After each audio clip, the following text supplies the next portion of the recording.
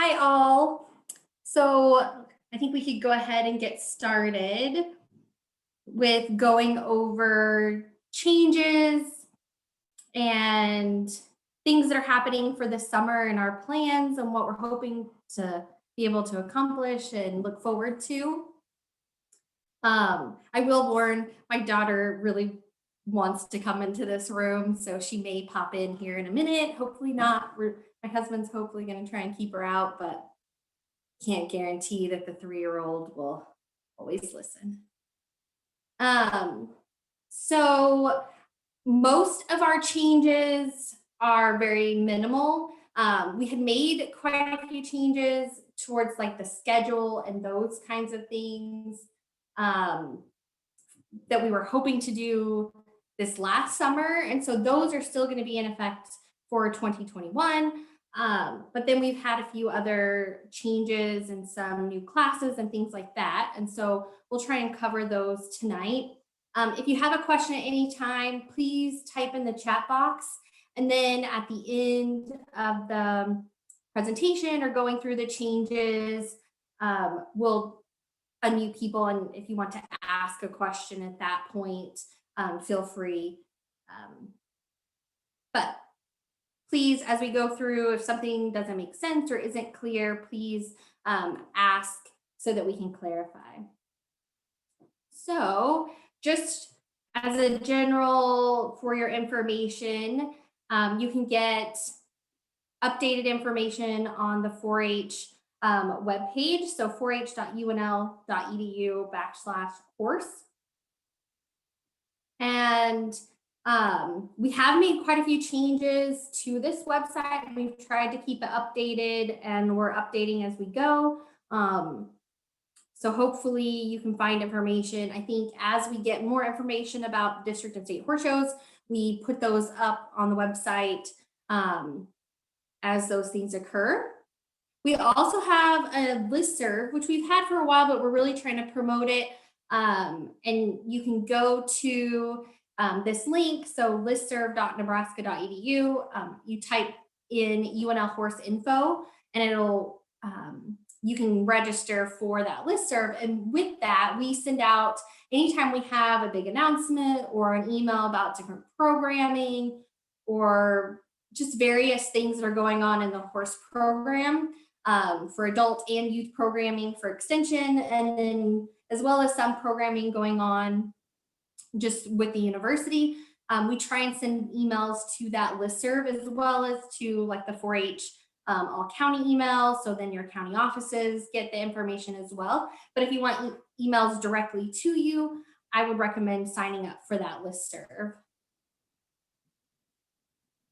So here is our plan for the district horse shows for this summer. So some of you are probably sighing a little bit of relief. We are still planning for in-person district and state horse show.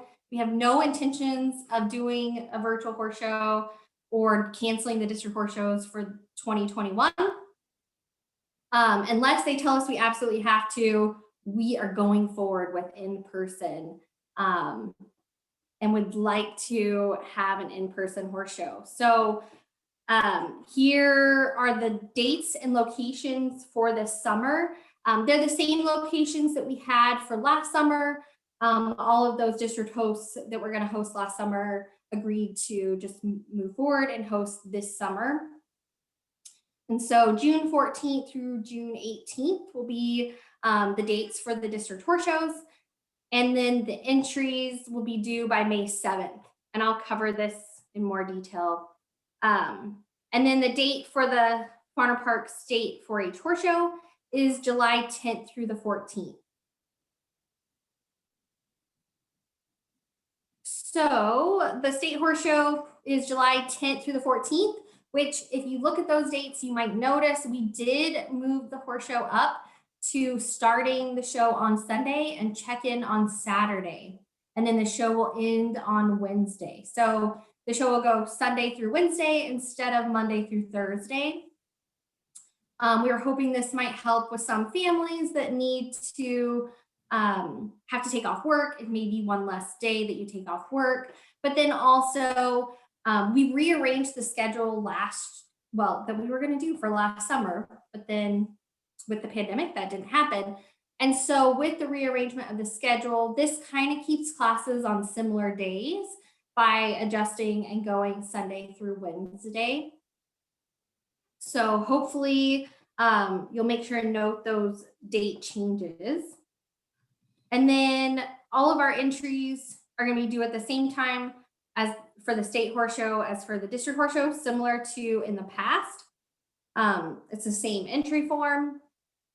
However, we are going to be moving towards more of a paperless horse show and trying to do as many things with as the least amount of contact so that we can for sure have an in-person show. And so one of those things will be the entry forms and the entry process. So those of you that competed in the virtual horse show this past summer, we used a program ShowWorks for all of the entry procedure. And we plan to use that same program for this upcoming summer for the actual district and state horse shows. And we'll put out a webinar closer to the summer on how to actually go through and do those entries. So individual families will be doing your own entries. However, the horse ID forms will still be due to your county office. And so some of your county offices will let you email those to them or fax them to them, whereas others will want you to bring them in. But we're trying to reduce some of the contact. And this way, we don't get so much paper at the state office.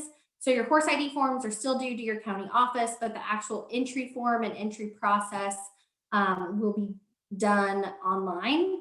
And then the payment for the horse show will also be done online through pay with a credit card.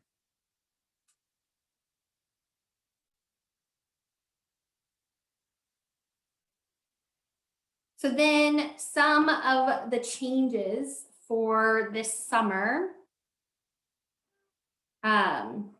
So we added the elementary age group to the speed events.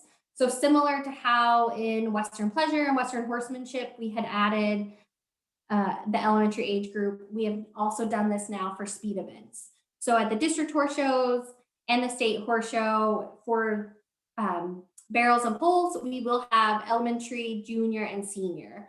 So we had a lot of requests that people really liked that for the Western Pleasure and the horsemanship. And so we went ahead and added that age group for the state horse show.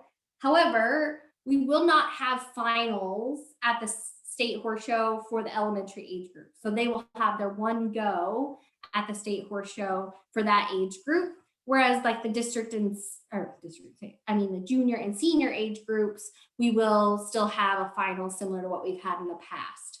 So hopefully it gives them an opportunity to compete with the youth that are at similar ages and similar skill levels. And then when they move up into the juniors, then they would compete similar to how it has been in the past. But there still will be that age group at the districts and the qualification process as well.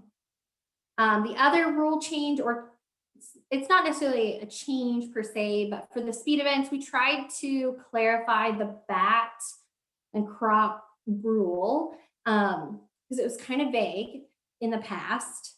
And so I'm not sure that we necessarily, if you go into the equipment rules, it goes into some more specifications of the length that it can be and the width of the crop or bat or quirt.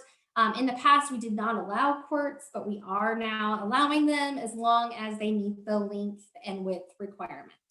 And then we did add that at a judge's discretion, they may disqualify a contestant for excessive use of the bat, crop, whip, or rope, or for use of equipment that's considered abusive or inhumane.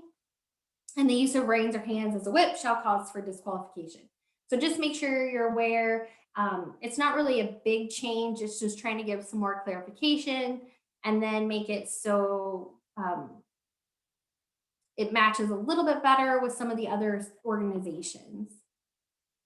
And then for roping, so there is no roping at the Fauna Park State 4-H Horse Show. However, We have plans that we're working on to host a state level roping contest in the fall in conjunction and with our UNL rodeo team is going to help with running that contest.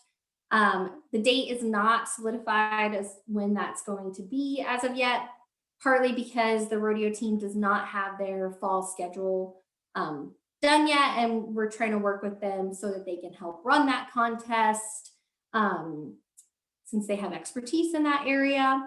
But with that, we wanted to also, since it's going to be a standalone contest, add some additional things that the youth can compete in. And so one of those is adding goat tying, and it will be at an advancement level 2.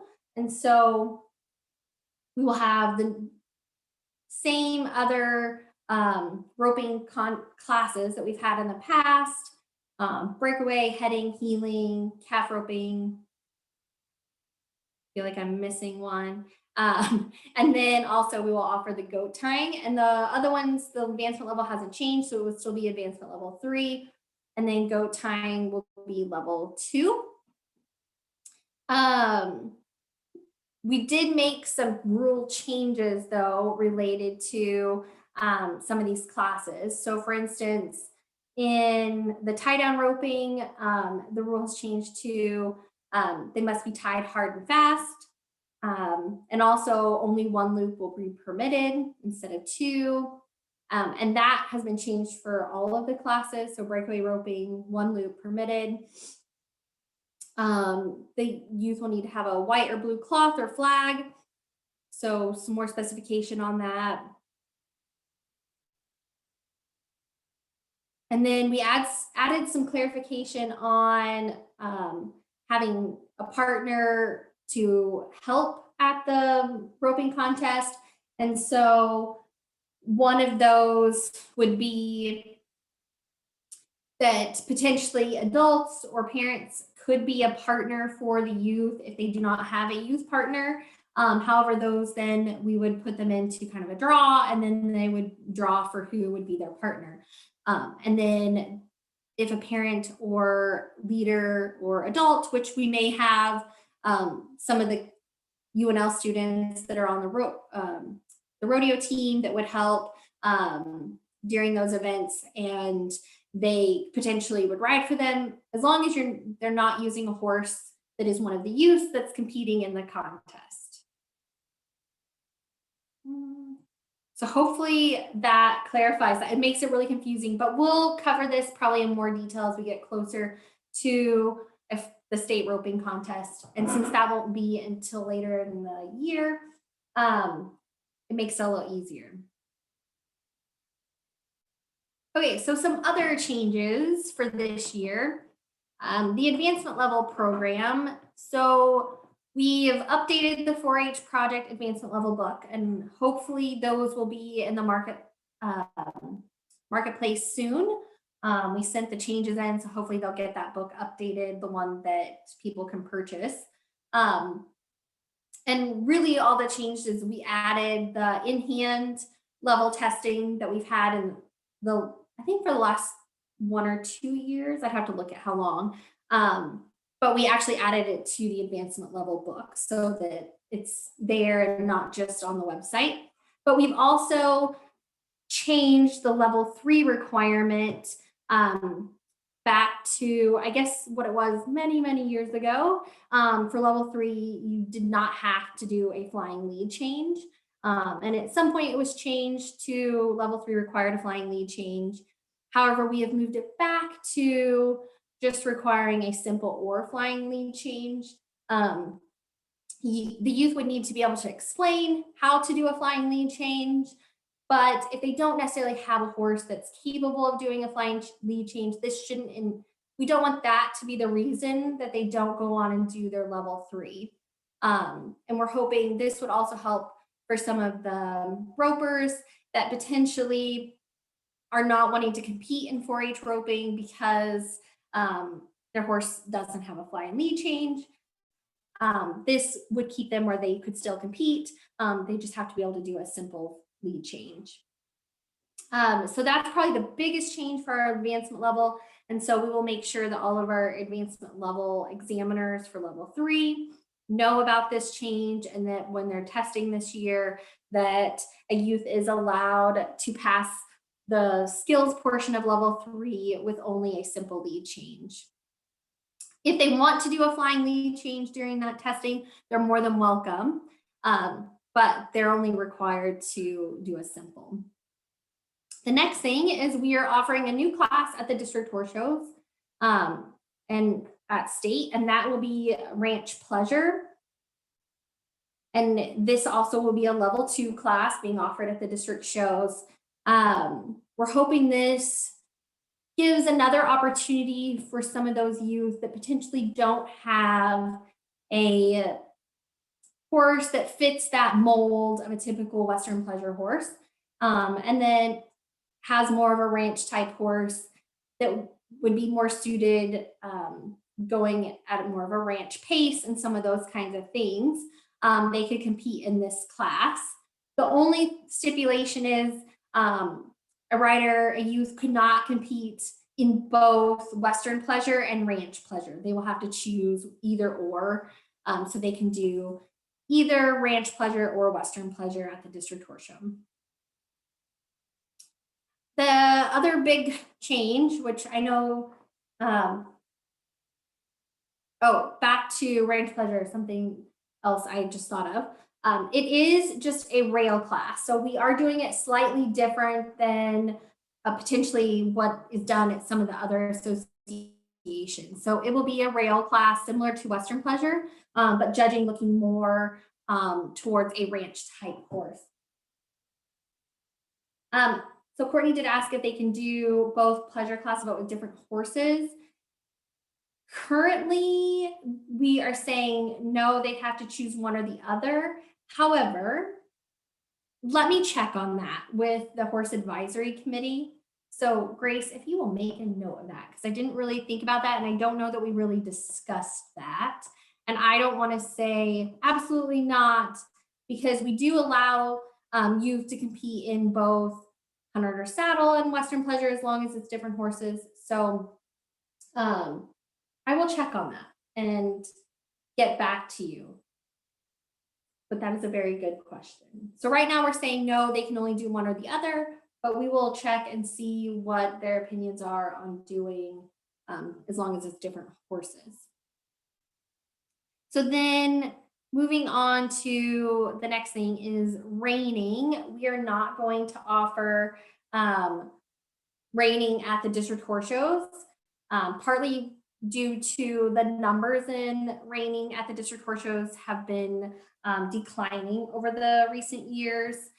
And so in replacement of that is why we're offering the ranch pleasure, to hopefully offer a class that's more suitable to more of our youth throughout the state. Whereas the reining is a very specific class, and it's become similar to very much having a very specialized type horse. And so we will just be offering reining at the state horse show. And so the youth will not need to qualify in order to enter reining at state.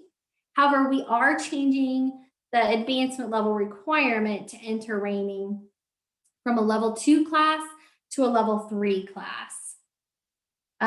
So do make sure if you have a youth that wants to compete in reining and they've only completed their level 2, they have from now until May to complete their level 3 so that they can compete in reining at the state horse show. Also, the next thing is we are offering an additional halter class. We've had a lot of requests that a lot of youth would like to compete in another in-hand class, but their horse is over the age of 11. So we're going to offer an 11 and older, so an aged mares and geldings class starting at 11. So we'll still have the 6 to 10-year-old mares and geldings, and then we'll have an 11 and older mare gelding class. So that would give another opportunity for those that really want to compete in another in-hand class.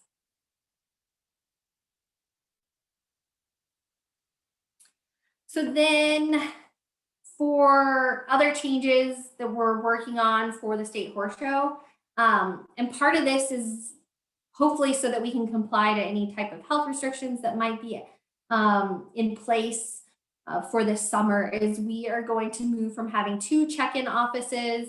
So in the past few years, we've done the check-in for the actual horse show up at the racing office, and then down at Thompson is where we did the horse check-in.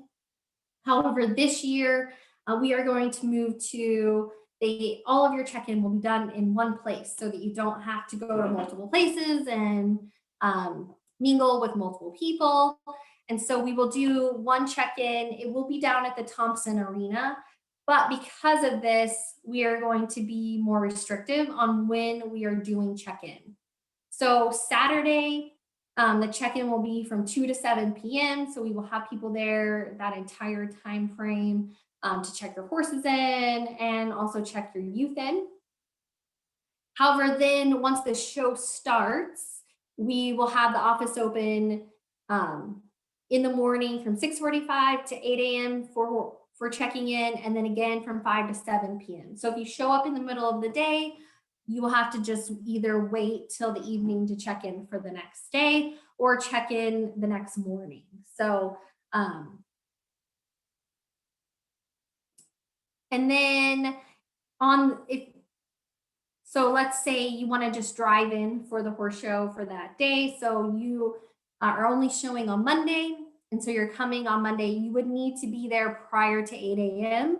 on that Monday morning, regardless of what time during the day you're showing, if you want to just drive in and compete that day. So that is something to make a note of, that you will need to check in the morning. And then also another part of this is in order to keep the flow of people for check-in, especially on Saturday, to a minimum so we don't have a huge long line and a lot of people congregating all in one area. We're still working out the logistics. Going to have a scheduled check-in time. So there'll be a form that you go online and you can schedule what time you're coming for your check-in, and you would be able to change it and adjust it if things ran late or things like that. Because I understand getting somewhere with your kid and all your stuff and all their stuff can sometimes be challenging. So we do understand that you may have to change that, but you would still have to go in and just pick another time. And we'll give more information about that as we get closer to the state horse show and check in.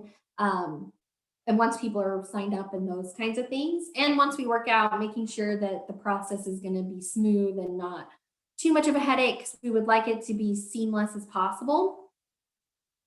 So also we are going to have, well, I'm going to move to the next slide now.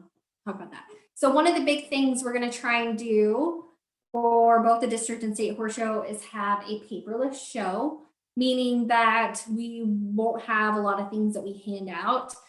So like the horse show program, the pattern book, those will all be online. We're working to try and have it like in an app that you could download the app and then get the information from that.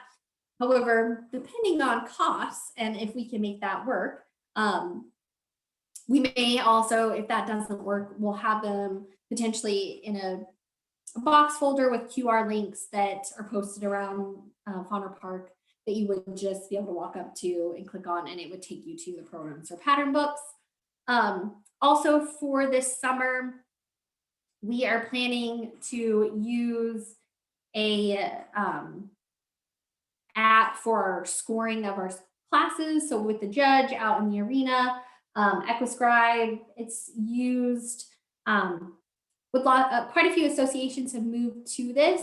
We're hoping it'll help with some of the issues we have with calculating scores that sometimes scribes or judges, they mess up slightly, which then leads to bigger problems. And so we're hoping that that will solve some of that problem. And then also, if every time an exhibitor comes in for a pattern class, they have to put their number in and put scores in, we won't miss them. So we're hoping to reduce some of the errors that happen by moving to an online scoring system. It would still use our rule book and our rules for everything. It's just that they would type in the scores into an iPad rather than handwriting everything. And so it takes out some of the mistakes as far as calculations and missing people. And then also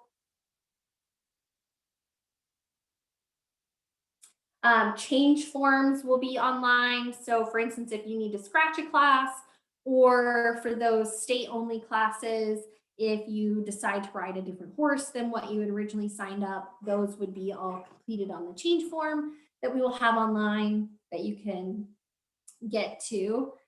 Someone asked about if the patterns and programs will be online early enough to print out and take to the state. We will not post patterns prior to Sunday.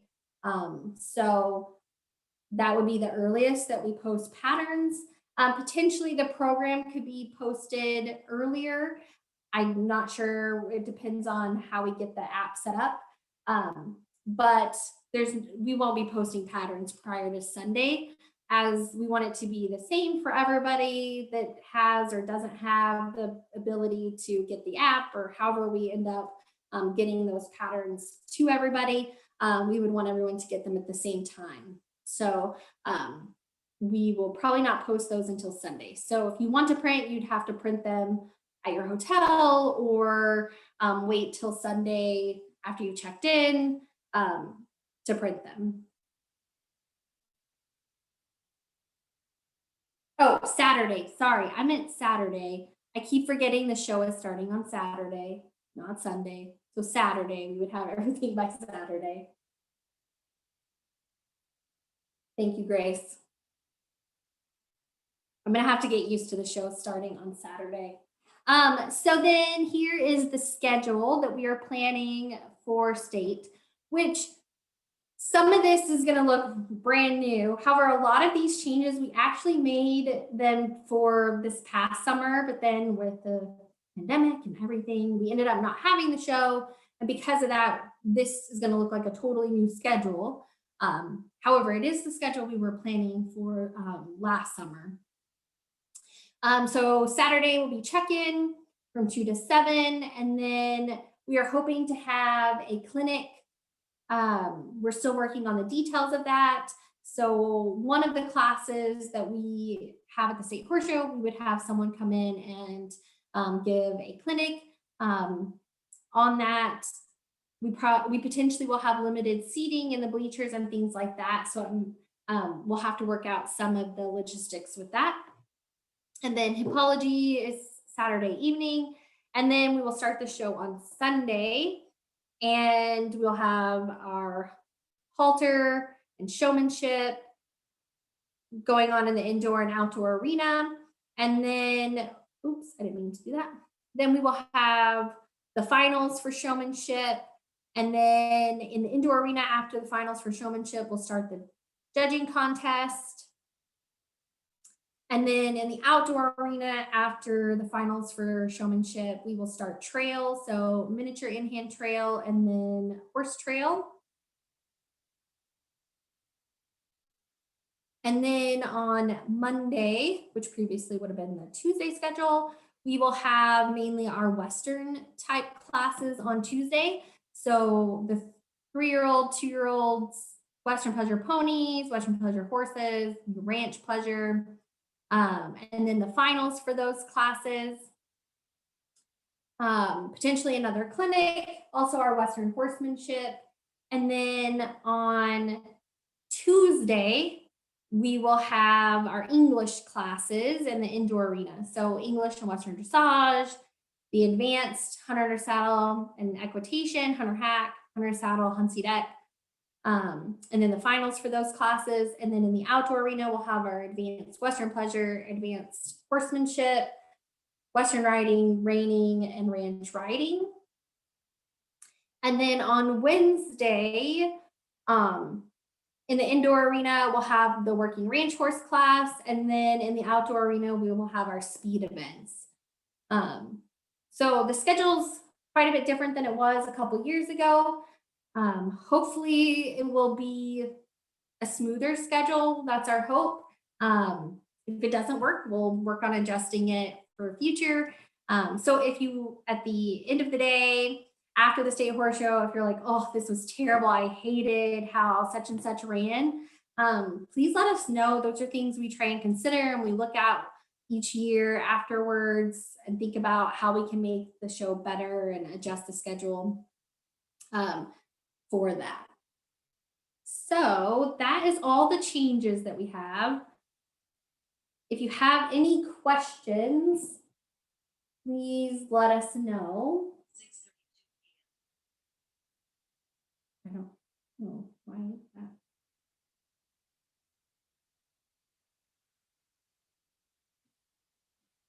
Does anyone have any questions? Yes, there is a new rule book. We are finalizing the edits right now. And so hopefully by the beginning of February, mid-February, the new rule book should be out for people to purchase. It will have the rules for the ranch pleasure class, and then any of these other changes that we've talked about will also be in that rule book.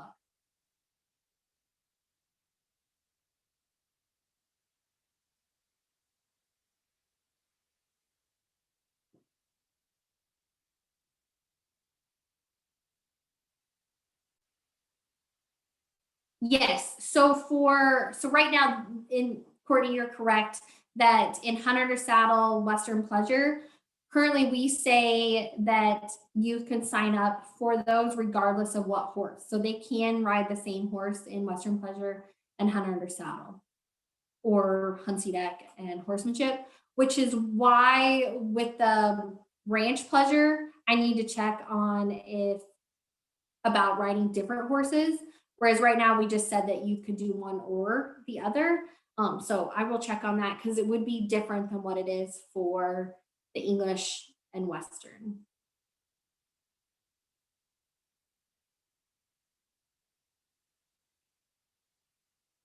Yes, and you're right.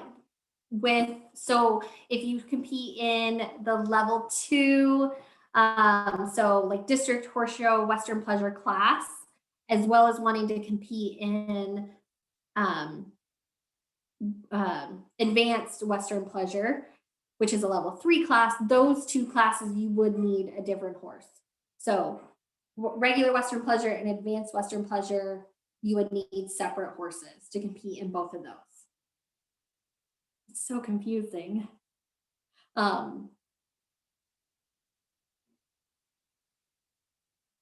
So level 2 classes, all of those, you can compete on the same horse. And I will get clarification on the Western pleasure and ranch pleasure.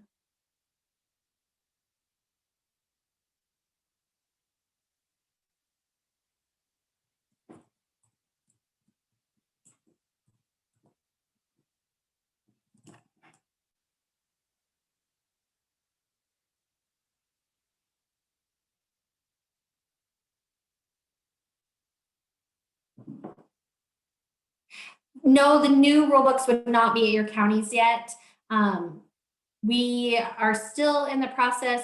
So we made these changes, and then we made all the edits, and then we sent it back out to the horse advisory committee to get their feedback, to make sure that the rules that were changed and discussed during the meeting were accurately portrayed in the rule book. And so we got those back, and we'll be sending the rule book to the printers hopefully within the next week. Well, hopefully by the end of this week, next week. And so they should hopefully have them in your counties, or the ability for your counties to get them by the beginning of February, mid-February.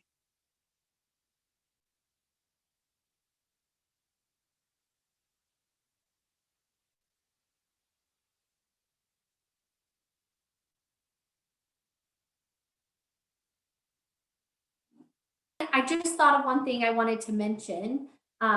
We So right now, Extension is not allowing us to do face-to-face programming in Lincoln due to the risk dial being high. And so upcoming for this spring, we are planning to still put on our horse judging school that we have always done in the past. But we are planning on doing that in a virtual format. So it'll be Monday nights. I don't remember what month, I think in April. We'll see if Grace answers me. I think it's in April. The Monday nights in April. We're hoping, since it's going to be virtual, that we're reaching out to judges from other states and other organizations that have lots of judging experience that would help teach and put on that school. So hopefully it would give us some different perspectives. And then we also have some kits or materials that will be mailed to those people that register for it related to judging. And then we are also in March on Monday nights going to be offering a kind of education workshop, advancement level training. It'll cover things that are in our advancement levels on the same Monday nights. So we did a workshop last year. It was on a Saturday. It was all one day. And it worked out great. We had good attendance, but since we can't really plan for sure being able to do in person, we're going to do that virtual as well. And at that, we have some really great kits that people will receive who participate. So we have stethoscopes, livestock like equine thermometers, some sample horse feeds, a lot of different things that you could use for teaching the advancement level program, but also for just learning that material to help you practice. So if those are something you're interested in, we should have flyers out in the next few weeks. Just waiting on a few edits to those. And so we will be promoting those. We will want people to register early so that we can get them the kits prior to when we have the workshops, so that we can show you how to use them and things like that.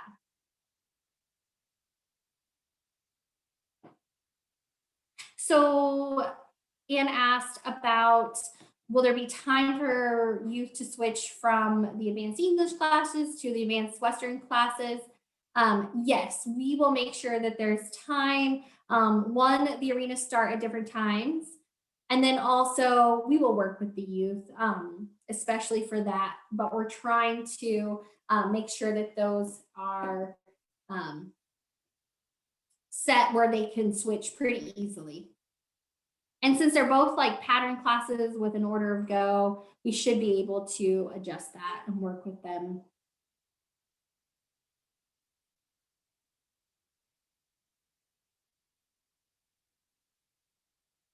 Any other questions?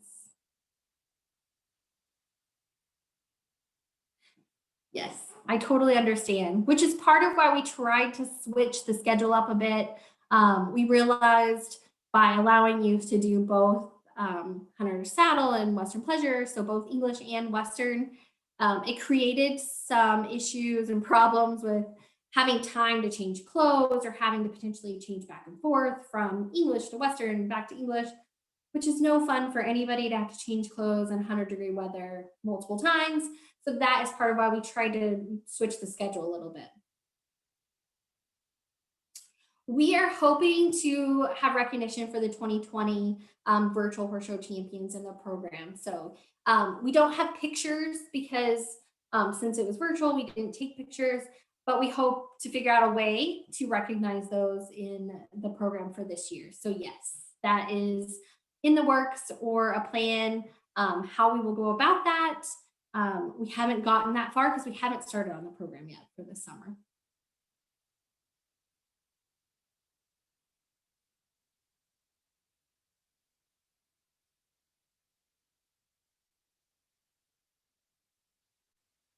Anyone else have any questions?